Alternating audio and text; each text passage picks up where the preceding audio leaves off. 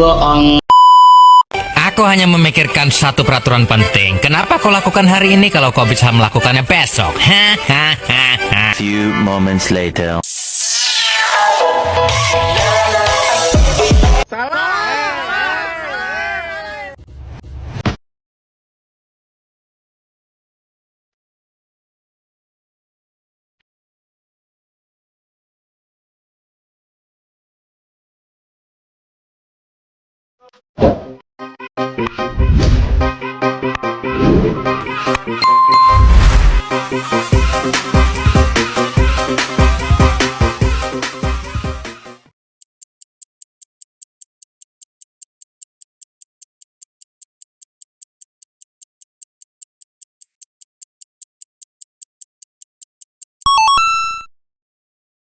Assalamualaikum warahmatullahi wabarakatuh. Halo semuanya, kembali lagi dengan saya Windy Fadlan. Nah, di video ini saya akan membahas tentang praktik perbankan syariah di Indonesia, di mana ada tantangan, peluang, dan masa depan. Perbankan syariah bukan sekedar sistem keuangan alternatif, melainkan bagian dari ekonomi Islam yang menekankan keadilan, keseimbangan, dan transparansi. Di tengah kondisi ekonomi global yang fluktuatif, sistem syariah menawarkan solusi yang lebih stabil dan etis, karena tidak berbasis pada bunga dan spekulasi, melainkan pada aktivitas ekonomi real. Indonesia sebagai negara dengan penduduk muslim terbanyak atau terbesar di dunia memiliki potensi besar menjadi pusat keuangan syariah global. Namun, peluang besar ini juga datang dengan tantangan yang tidak sedikit. Selanjutnya ada sejarah dan perkembangan perbankan syariah di Indonesia. Cikal Bank Perbankan Syariah dimulai pada tahun 1992 dengan berdirinya Bank Muamalat di Indonesia, hasil inisiatif MUAI dan pemerintah. Awalnya pertumbuhannya lambat karena masyarakat belum memahami perbedaan antara bank dan bank tanpa bunga dan bank konvensional. Namun setelah krisis moneter pada tahun 1997 sampai 1998, masyarakat mulai mencari sistem keuangan yang lebih stabil dan etis. Bank syariah pun mendapatkan momentum. Pada tahun 1999, Bank Indonesia mulai mengeluarkan regulasi yang mendukung, dan pada tahun 2008 lahirlah Undang-Undang Nomor 21 tentang Perbankan Syariah. Puncaknya terjadi pada tahun 2021 saat tiga bank BUMN, BRI Syariah dan Mandiri Syariah dan BNI Syariah resmi bergabung menjadi Bank Syariah Indonesia atau BSI. Kini Indonesia memiliki 14 bank umum syariah, 20 unit usaha syariah, dan lebih dari 160 BPRS. Ini menandakan perkembangan pesat dalam 2 dekade terakhir. Selanjutnya ada prinsip dan filosofi dasar perbankan syariah. Sistem syariah berdiri di atas nilai keadilan, adil, dan keberkahan atau barokah. Tidak sekedar mencari keuntungan, tetapi memastikan semua pihak dalam transaksi memperoleh manfaat yang seimbang. 3 larangan utama yaitu riba, tambahan atas pinjaman uang tanpa dasar aktivitas produktif, qaharar, ketidakpastian dalam akad yang tepat merugikan salah satu pihak, masyir, spekulasi, atau perjudian. Sebagai gantinya digunakan sistem akad kontrak yang halal.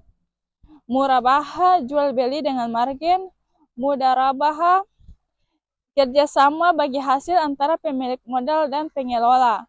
Musyarakah, kerjasama modal bersama. Ijarah, sewa atau leasing. Wadiah, titipan murni tanpa bunga. Dengan sistem ini, setiap transaksi memiliki dasar ekonomi nyata, bukan sekedar perpindahan uang. Selanjutnya ada tujuan dan fungsi sosial perbankan syariah. Selain berfungsi sebagai lembaga intermediasi keuangan, perbankan syariah memiliki fungsi sosial yang kuat, antara lain meningkatkan kesejahteraan umat dengan pembiayaan halal, mendukung UMKM melalui pembiayaan mikro berbasis Qardul Hasan, mengelola zakat, infak, sedekah, dan wakaf secara profesional. Contohnya, beberapa bank syariah memiliki divisi khusus pengelola wakaf produktif yang hasilnya digunakan untuk pendidikan kesehatan masyarakat. Dengan kata lain, perbankan syariah bukan hanya bisnis, tetapi juga bentuk ibadah dan kontribusi sosial. Selanjutnya ada tantangan regulasi dan kelembagaan.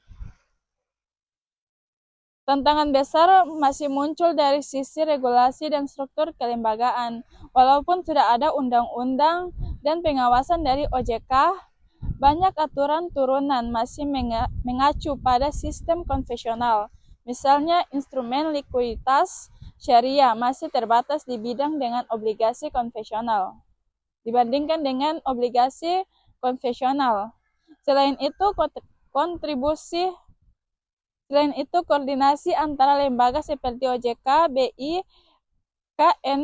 KS, dan BSN, MUI mulai lebih harmonis. Kadang terjadi perbedaan tafsir antara lembaga terhadap akad tertentu yang bisa menghambat inovasi produk. Kedepannya perlu dibentuk kerangka regulasi yang lebih terpadu agar bank syariah bisa bersaing setara dengan konvensional tanpa kehilangan prinsip syariahnya. Selanjutnya ada persaingan dengan bank konvensional.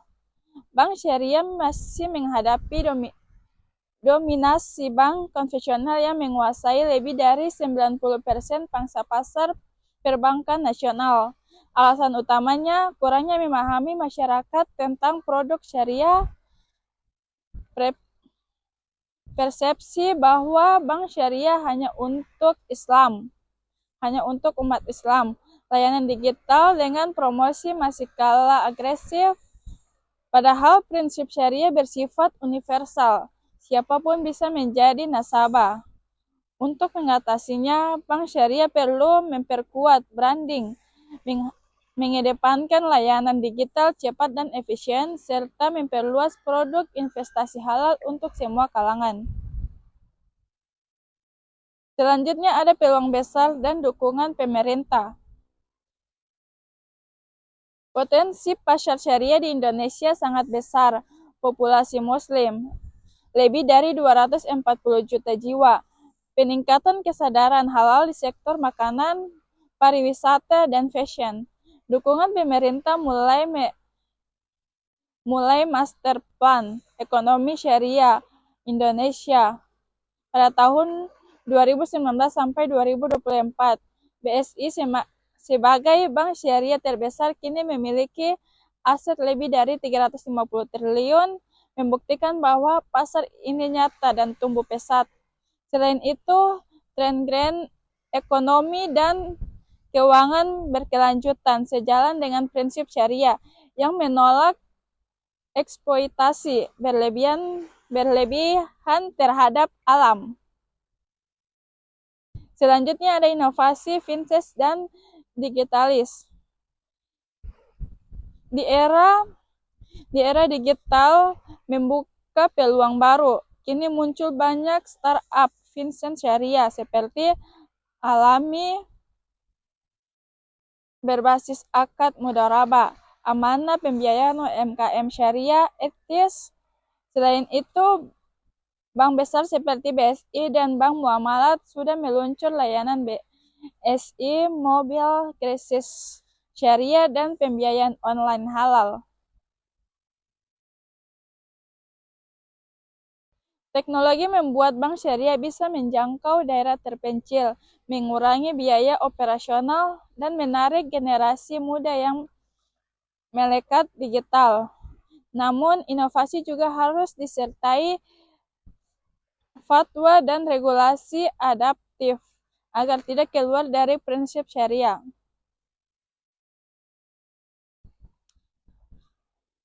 Selanjutnya ada tantangan sumber daya manusia. SDM menjadi pondasi penting. Banyak banyak pegawai bank syariah belum sepenuhnya memahami fikih muamalah, sehingga penerapan akad terkadang tidak optimal. Solusinya, kolaborasi dengan universitas melalui program studi ekonomi syariah dan sertifikat BSN MUAI. Pelatihan internal tentang akad, manajemen risiko, dan inovasi produk syariah. Mengintegrasikan keahlian teknologi dan prinsip syariah. Lulusan yang menguasai dua aspek ini akan menjadi aset emas industri keuangan Islam ke depan.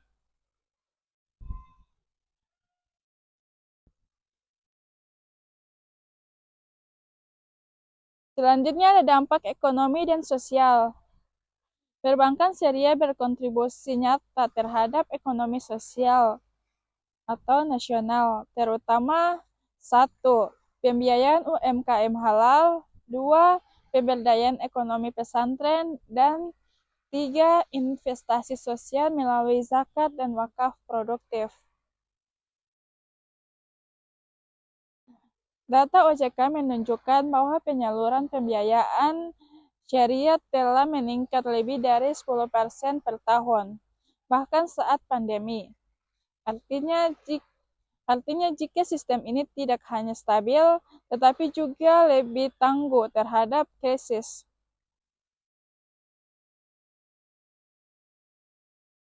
Masa depan perbankan syariah di Indonesia. Masa depan industri ini sangat cerah. Tren global menunjuk keuangan etis, berkelanjutan, dan sosial sejalan dengan prinsip Islam. Indonesia bahkan diproyeksi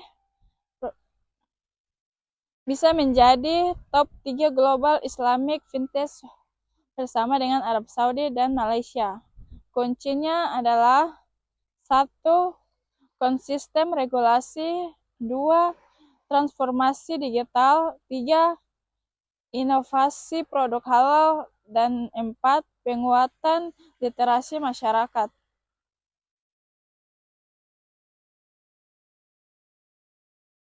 Selanjutnya ada kesimpulan. Perbankan syariah di Indonesia telah berkembang pesat dari sistem kecil di awal tahun 1990-an, menjadi salah satu kekuatan utama ekonomi nasional. Namun, agar terus maju dibutuhkan dukungan kebijakan pro-syariah, edukasi publik yang luas, SDM kompeten, dan inovasi teknologi yang sesuai syariah.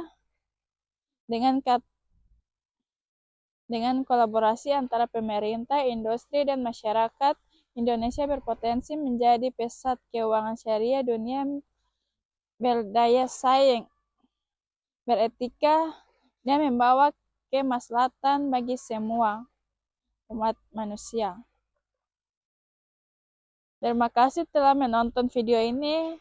Semoga pembahasan ini bisa menambah pemahaman kita tentang pentingnya perbankan syariah dan pembangunan ekonomi yang adil, stabil, dan penuh berkah. Jangan lupa ekonomi syariah bukan hanya tentang transaksi, tapi juga tentang nilai, kejujuran, dan berkelanjutan umat.